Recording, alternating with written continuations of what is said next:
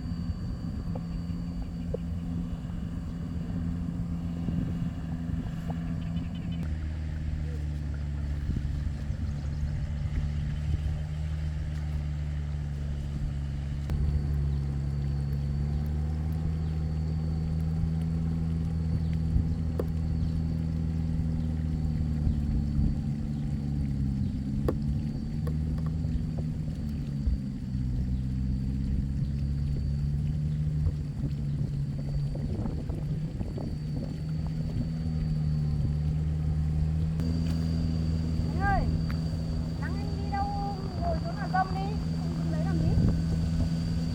Đó là con lấy mạ đủ rồi.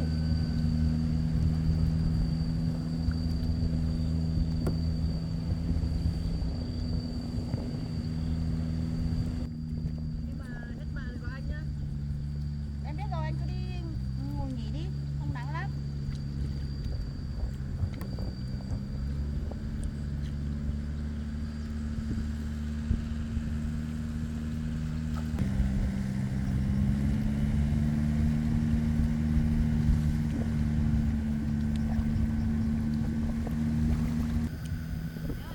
Ơi, Nay mẹ xin về có lâu không? không, thấy họ bảo con cấy đấy, mẹ chỉ nghỉ một ngày thôi, về hộ con thôi, sợ con không được người đấy, về hộ con cấy được không thôi con ạ. Thế à mẹ? Tưởng mẹ về mấy hôm. Không, cấy xong mẹ lại đi làm rồi. Giờ cứ hộ con cấy xong rồi đấy.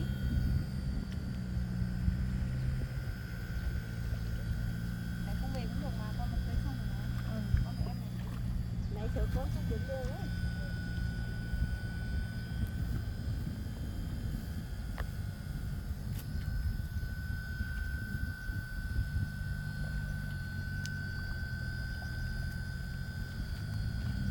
Con ơi, cái ruộng của con mua đây, cấy xong chưa? À, cái ruộng trên kìa mẹ. Có.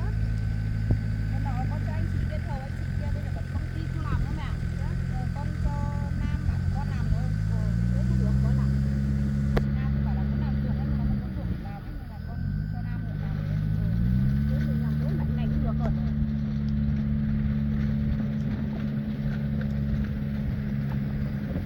Con ơi, con đó mẹ cứ gặp Nam đây, Nam có người yêu rồi con ạ. Thế à mẹ? Mẹ thấy hai đứa nói dẫn nó uống nước ở quán đây, mẹ đi lấy đồ cho mẹ gặp. Thế là mẹ nhìn nhầm ai chứ Nam có người yêu sao không bảo con? Không nhầm đâu con ạ. Cứ bảo hai đứa bảo yêu nhau rồi. Con ơi, Nam yêu đứa con gái ở gần nhà phía mình đây. Thấn đây. Trước mình ở gần cô Tiên đấy, còn bé thôi, bây giờ nó lớn rồi, nó xinh lắm con ạ. À, Tuấn đấy mẹ. Vâng. Lúc mẹ gặp đấy nó còn không nhận ra mẹ, xong mẹ nói nó là cháu cũng quên thôi, cháu biết.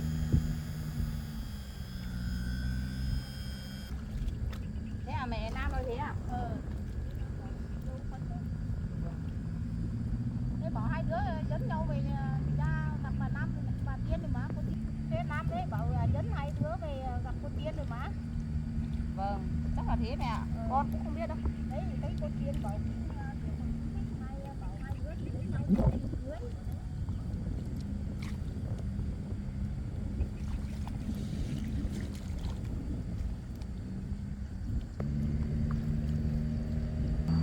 Là mẹ mình không biết là Tuấn với Nam đồng với nhau để lừa cô Tiên.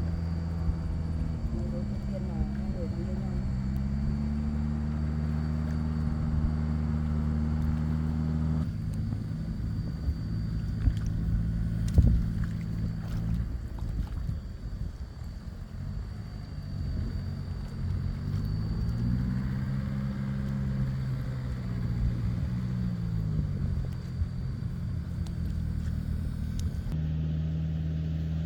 Nào có đủ không em?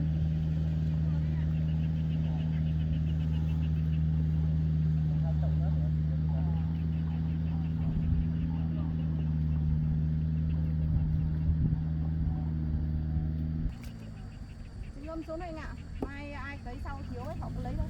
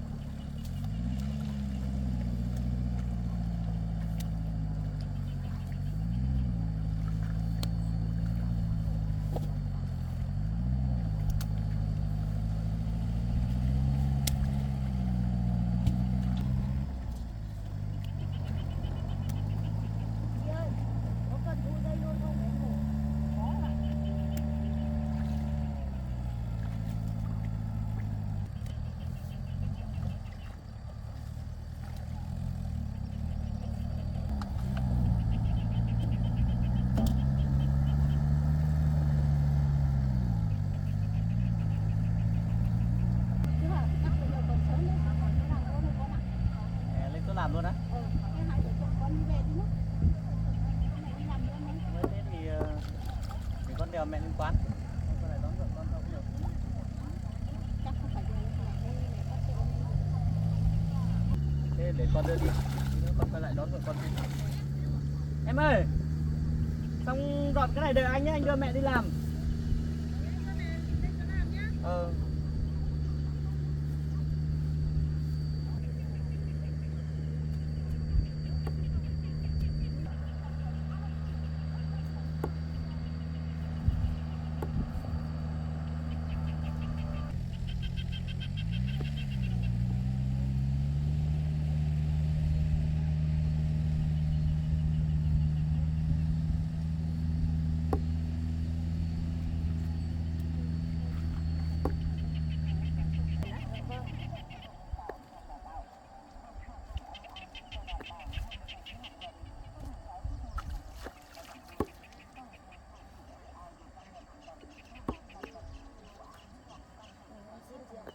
Về đây chưa? Chị cảm ơn nhé. Vâng.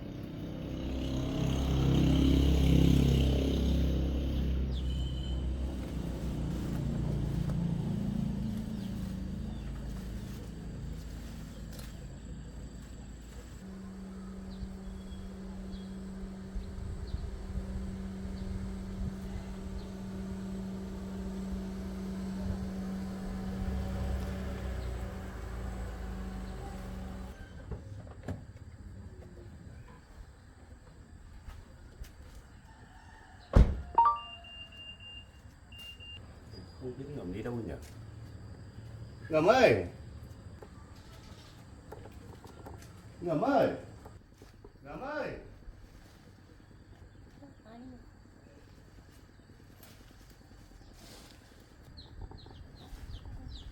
Anh còn về đấy làm gì nữa?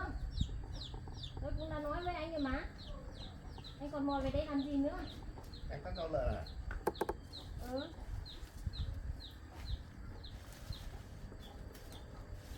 Nhớ con quá, đến em gặp con ở nhà không thế thôi.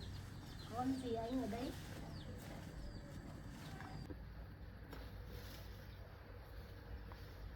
Thế là anh vừa gặp con à? Mà bảo nhớ. Chuyện là thế này, thì về từ hôm em lên với em ấy thì em cũng không cho anh gặp con, thế là anh cũng đã hôm sau đấy anh lại bỏ thời gian lên để đi tìm con. Thế là may quá là cũng lên cơ quan chỗ con làm cũng gặp được nó rồi. Thế về xong cũng mò để xuống đến nhà biết chỗ nó sống ở đấy rồi, đến nhà biết cửa con rồi. Cái gì? Anh đã mò xuống cơ quan của con nhỉ? Ai mà cho anh xuống đấy làm gì? Anh mách cho anh biết đấy. Anh nhớ con quá, anh tự tìm đến, anh tự đi tìm con. Em không cho phép vặt, nhưng mà anh vẫn cảm thấy lòng nó cứ cồn cào, nhớ con không chịu được, thế là anh tự đi tìm. Đôi lúc này đi tìm cũng chưa hỏi ý kiến em, vì hôm đến nhà hỏi em thì địa chỉ con làm ở đâu em cũng không cho, nên anh phải tự một mình anh đi tìm vậy. Thế ai cho phép mà anh được gặp con thế? Em cô cho phép thì anh có mà đừng xuống. Sao anh mà tự giác xuống thế này? Thế bây giờ anh đi đi. Anh không được ở đây đâu. Con thì cũng đi làm rồi, con không ở đây đâu. Không phải anh bây giờ mới về tìm con đâu. Đã hơn 20 năm rồi, bây giờ còn tìm con làm gì nữa? Anh về đi. Chuyện này ngày xưa anh cũng có lỗi. Thì khi anh đi anh có bỏ về thăm em thăm con 1-2 lần ấy, nhưng mà về đến đây thấy hàng xóm mới xì xào nói bảo là ngày xưa em cũng đi yêu người khác, cũng bảo là chức chắc không phải con của anh, nên là nhiều cái thì anh cũng xúc nên anh mới bỏ đi. Thế bây giờ anh đi đi. Không, Anh đi sẽ về không, nhà anh đi. anh sẽ không đi đâu. Vì qua thời điểm đấy thì anh nghi ngờ như thế, khi sau anh lên thì nhìn thấy con nhiều nét nó giống anh y đúc, nên là bây giờ anh phải được gặp con, mà phải nhận được con thì anh mới về.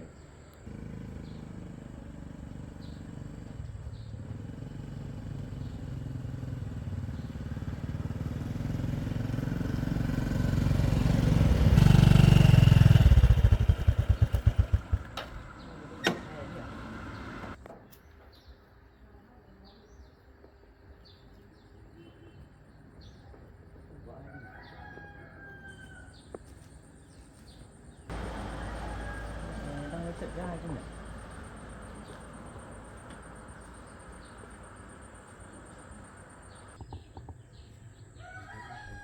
Anh đi về đi. Không, anh sẽ không về đâu.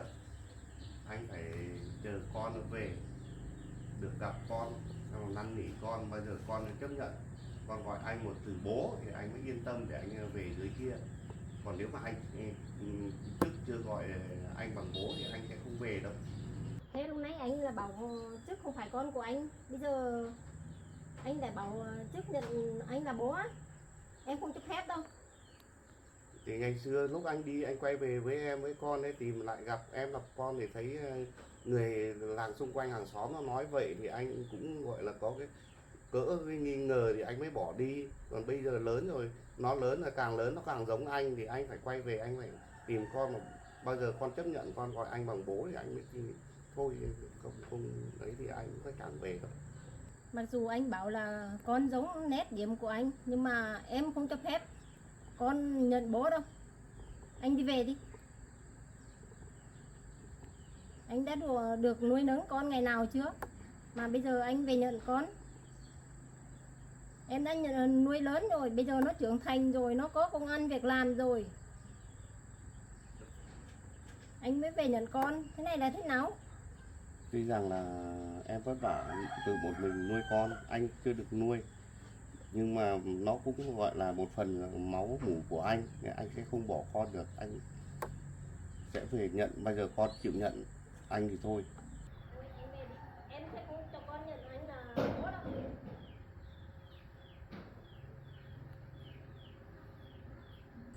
Là nếu mà em không cho phép anh nhận con ấy thì anh sẽ không bao giờ đi, anh sẽ cứ ở lì ở đấy. Bao giờ em cho phép thì anh nhận con gọi anh bằng bố thì anh mới chịu đi. Không.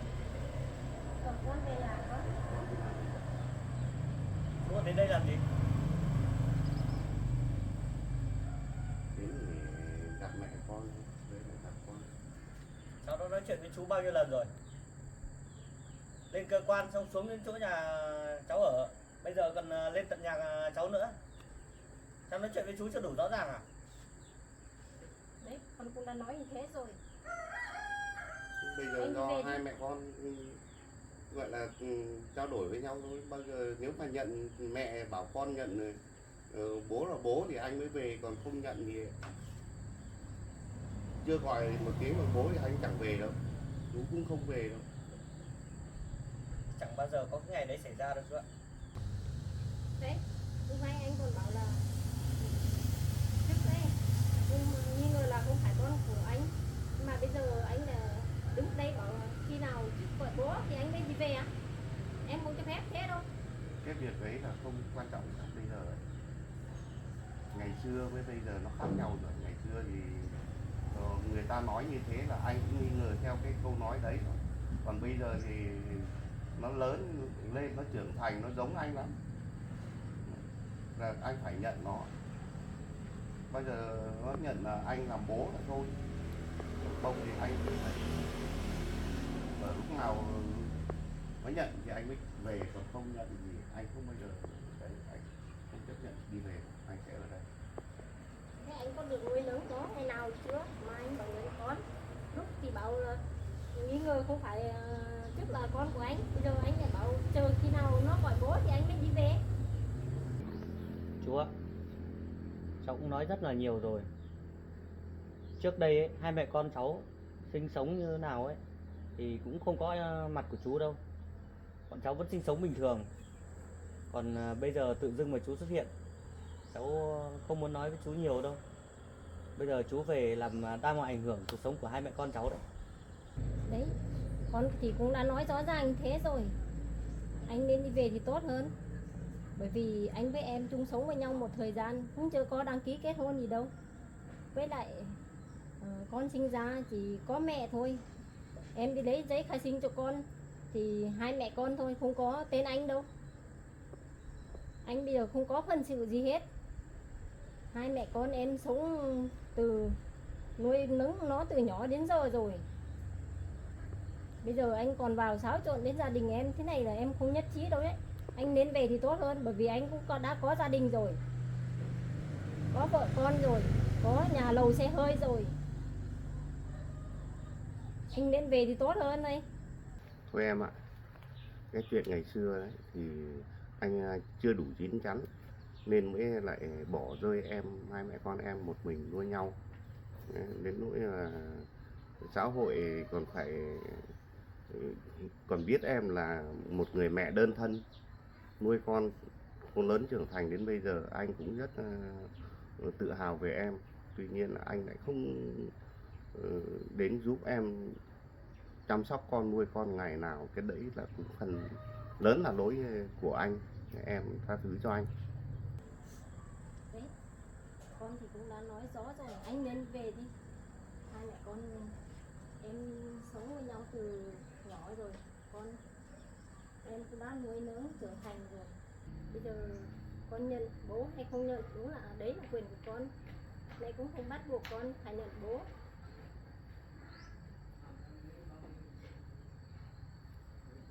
Đấy, chú cũng nghe thấy rõ rồi đấy. Cũng nói bao nhiêu lần rồi. Hiện tại cháu không thể nhận chú là bố được đâu. Và có lẽ sau này cũng vậy. Trước đây cũng thế, trước đây không có sự có mặt của chú, hai mẹ con cháu vẫn sống rất là bình thường. Chứ chẳng nhẽ con không gọi được một tiếng bố cho bố nghe được sao? Con Sao? Ông nói chuyện ông đứng xa tôi ra. Cháu đã nói rồi, rất rõ ràng rồi. Sẽ không có chuyện gọi bố ở đây đâu. Vâng. Con à, sao con lại cố chấp thế? Sao con lại hắt hủi bố như thế? Cái lỗi thì lỗi ngày xưa giữa bố với mẹ cũng có một phần lỗi. Mẹ có lỗi, không phải riêng một mình bố đâu. Bây giờ con lớn, con trưởng thành, con cũng nghĩ rộng ra, mở hướng để bố con mình đi lại với nhau chứ con. Cháu không có gì để nói với chú cả.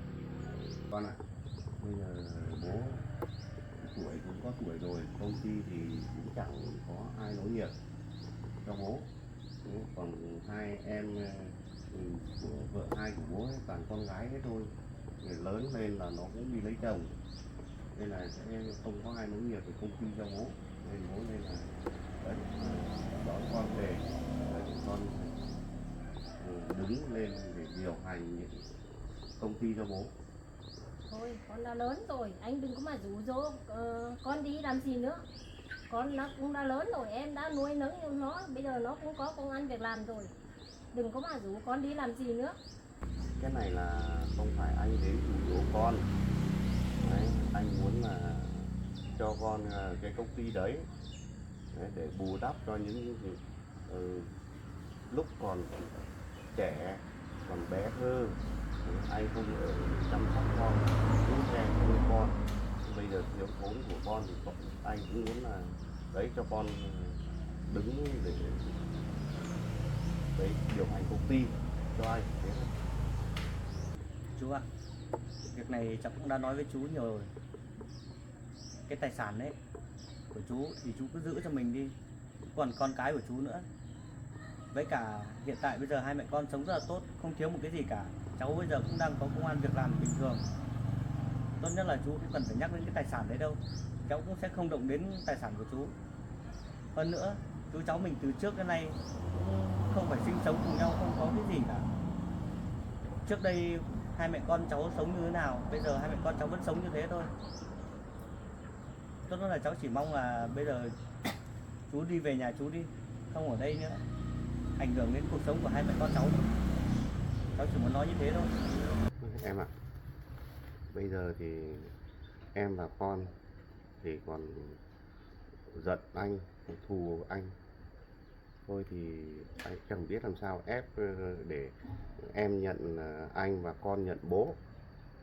Thôi thì anh cũng mong sau này nếu nhỡ đâu em và con nghĩ lại sẽ cho anh một cơ hội được làm bố của Trức, và cũng mong Trức sau này có nó suy nghĩ lại, nó gọi một tiếng bố thôi thì anh cũng cảm thấy mãn nguyện lắm rồi, thấy đầy đủ và hạnh phúc lắm rồi, thế thôi.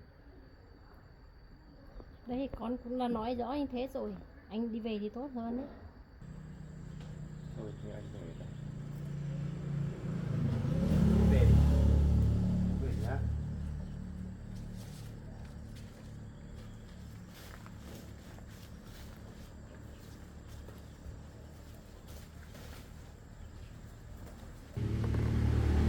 Thôi nhìn đi mẹ.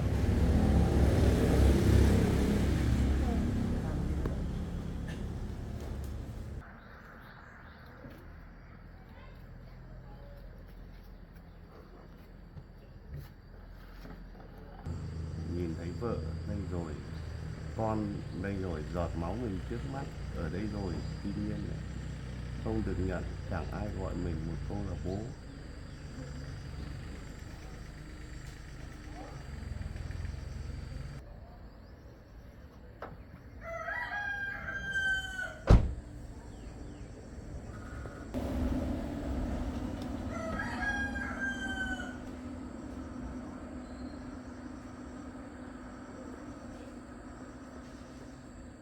Cô nhìn ngắm con một tí về cho đỡ xót ruột, đỡ nhớ.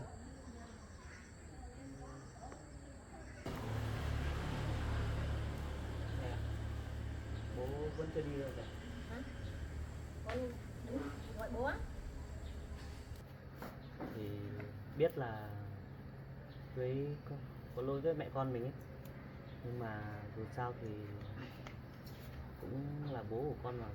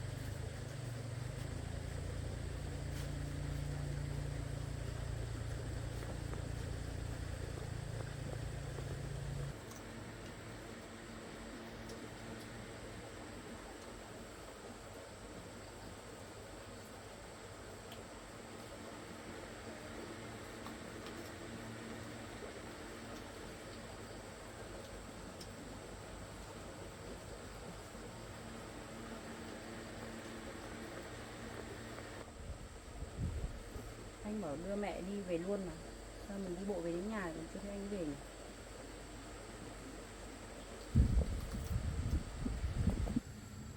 Thế bây giờ thế nào? Con đi làm bố á? Không phải đâu mẹ. Dù sao thì ông ấy cũng là bố, nhưng từ trước tới giờ ấy chỉ có hai mẹ con mình sinh sống với nhau thôi, nên là giờ có hay không có thì cũng vậy mà. Còn đối với mẹ á, mẹ đã quên ông ấy sạch sành xanh rồi con ạ. Với lại hai mẹ con mình từ trước không có bố mình vẫn sống tốt mà con nè. con cũng chẳng nghĩ gì đâu, chẳng qua là dạo gần đây ấy, tự dưng mà vào xuất hiện thêm một người vợ bố nên là con có nghĩ một chút thôi. Nhưng mà dù sao thì cuộc sống mình vẫn ổn, hai mẹ con mình luôn sống cùng nhau là vui vẻ là được rồi mà. Mẹ cứ nghĩ như thế con ạ. Mẹ cứ mong sao con đừng nhận bố nữa là được rồi. Sao hôm nay con lại mặc quần áo như thế nữa? Hôm nay không phải đi làm mà con? Mấy nhà con cấy mẹ, nãy con đưa mẹ vợ lên chỗ làm ấy, xong rồi cũng gần đây thì con về nhà luôn, cũng lâu rồi không về với mẹ làm gì nữa. Thế nào cũng xấu chứ. Và cấy xong rồi mẹ.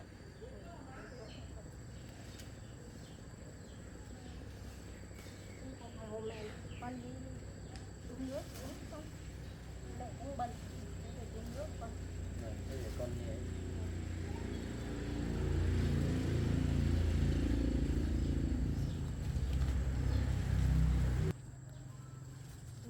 Mình cũng cảm thấy rất là thương con. Thấy tội nghiệp thật đấy. Mà nó không nghe lời mẹ. Một mình nó các nuôi lớn như này nó không nghe lời mẹ chứ. Cái gì nó cũng không hiểu được hết. Thôi, mình cũng rất là tự hào con trai của mình. Cái gì nó cũng hiểu được hết. Thôi, đây là con trai mình về nhà. Nó thích con gà với món nó thích nhất là thịt gà xào gừng thôi. Tí liền xào gừng cho con ăn. Con nhà cô tiên xin được còn mẹ.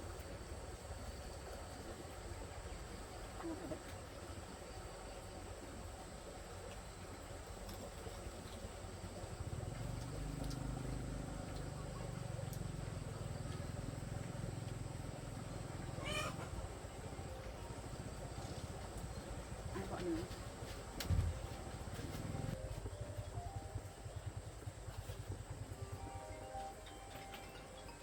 Em à, anh đưa mẹ đi làm rồi mà anh có ghé qua nhà mẹ, xong hôm nay anh ở đây với mẹ em ạ. Anh vào nhà mẹ á? Hôm nay anh ở đây với mẹ. Anh ở chơi với mẹ đi.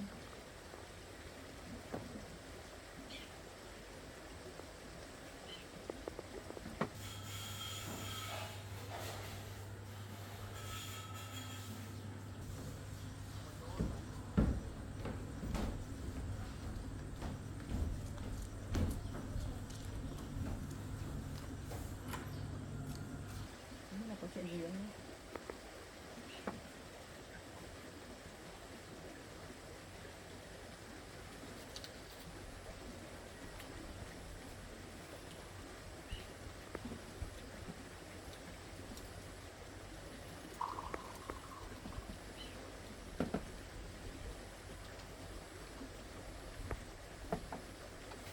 Chuẩn bị con gà ăn nhé.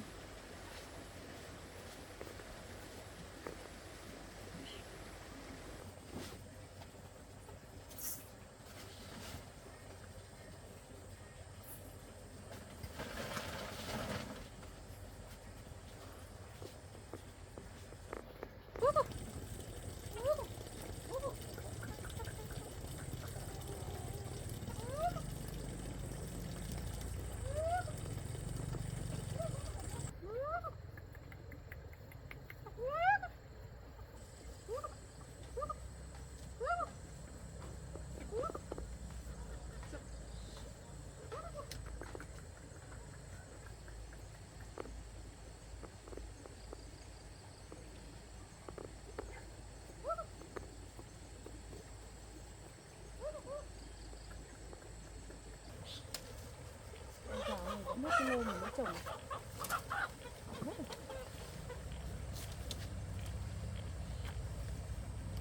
Nhưng mà chắc nên bán rồi.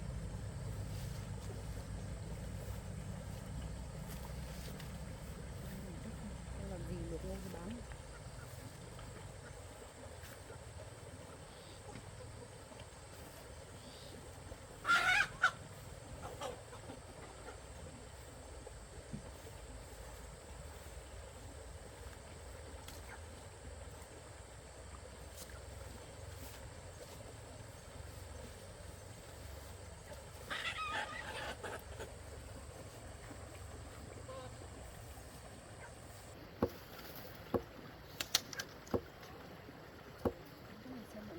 được nào nữa.